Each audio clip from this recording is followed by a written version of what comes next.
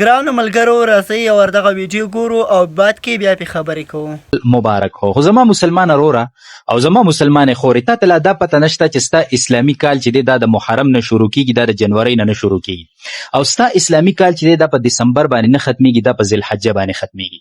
او دا د تا ته پته چې د نوي سال مبارکۍ ورکول، جشنونه مناوخل او په دغه جشنونو کې حصه اخیستل او دا قسمه پوسټونه کول، دا طریقه د چا ده؟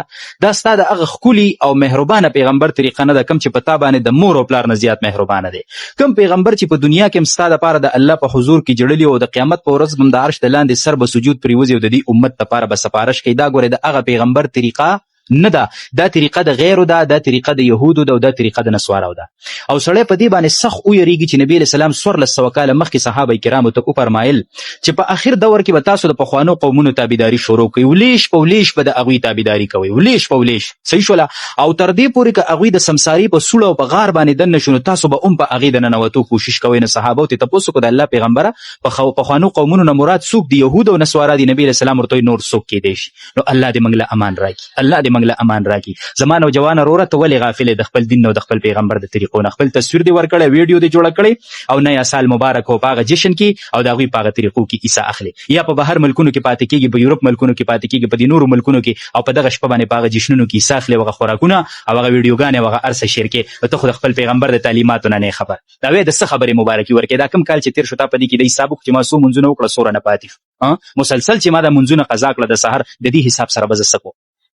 ما زما د لاسه چاته څومره ضرر ورسېده، څومره پیدا ورسېده، حج را باندې فرض ومې که که نه، روژه را باندې فرض و څنګه مې ونیوله، زکات را باندې فرض ورکړی مې دی که نه، زما د لاسه ګاونډي ته څومره ضرر رسېدلی، څومره فایده رسېدلی.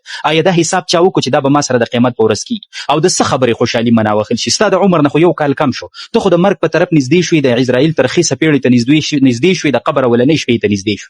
نو دا خو ستا د عمر نه هغه ټیمپي څغستن ټک ټک کوي که نه، دا ټک ټک نه، دا کټ کټ دی، کټ کټ کټ ستا د عمر نه ګینډې، سیکنډونه، ورځې، میاشتې او کلونه لګیا دي کټ کېږي او ته د مرګ په طرف باندې نږدې کېږي. وایي د ګړۍ د ستنې ټک ټک هسې ټک مه ګڼه، د ژوند په ونه دي د تبر ګزارونه کېږي. ستا د ژوند ونه لګیا د دې سیکنډونو سره ختمېږي، د کال او د میاشتو سره ختمېږي، او ته لګیا جشن مناوې، ته لګیا خوشحالي مناوې. و زما ساده مسلمان وروره، نو ته په کوم طرف باندې لاړې؟ ته خو د یورپ په طرف باندې لاړې، ته خو د یهودو د نسوارو په طرف باندې لاړې. نو د الله دپاره مه داسې پوسټونه کوه. هغه دنیا کې چې په چا باندې د جنت زیري راغلي وو که نه، هغوی خو هم دومره خوشحالي نه ورکړې لکه دا ته چې څومره خوشحالي کې د کال په نوي کېدو باندې خوشحالي کې. دا را روان کال دی، مرګ کله راځي؟ د کال په سر کې راځي، د کال په منځ کې راځي، د کال په اخره کې راځي. زما څومره تیاری دی د مرګ په دغه سخت سفر باندې چې دا سخت موړونه او سختې لارې مخې ته را روان دي، په دې کې زما څومره تیاری دی. نو و زما مسلمانانو ورونو او زما مسلمانانو خویندو، مه کوئ داسې. او په دې معاشره کې دا پیغام دی مسلمانانو نوجوانانو ته ورسوي چې څومره کیدی شي دا به د خیر او د اصلاح ذریعه وي، موږ له به الله اجر راکوي. وصلی الله علی النبی الامین.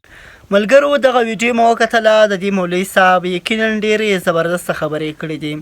کوم چې پرون نوی کال شروع سو او بله ورځ اخري د 2025 کال اخري شپه وه، نو ډېرو مسلمانانو دغه کال ولمانځه، دې کال ته خوشحاله و، دې کال لپاره مختلف قسم پارټیانې وکړې، مختلف قسم جشنونه یې مناو کړل.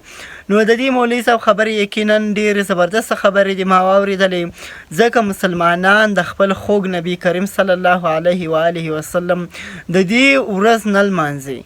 د مسلمانانو چې کمې ورځې دي په اسلام کې هغه نه لمانځي، خو دغه ورځ چې کم ده د دې مولوي صاحب خبره باندې چې دا مولوي صاحب خپله وایي، دغه ویډیو تاسو وکتله چې دا ګناه لري، دغه ورځ باید هېڅوک هم ونه لمانځي.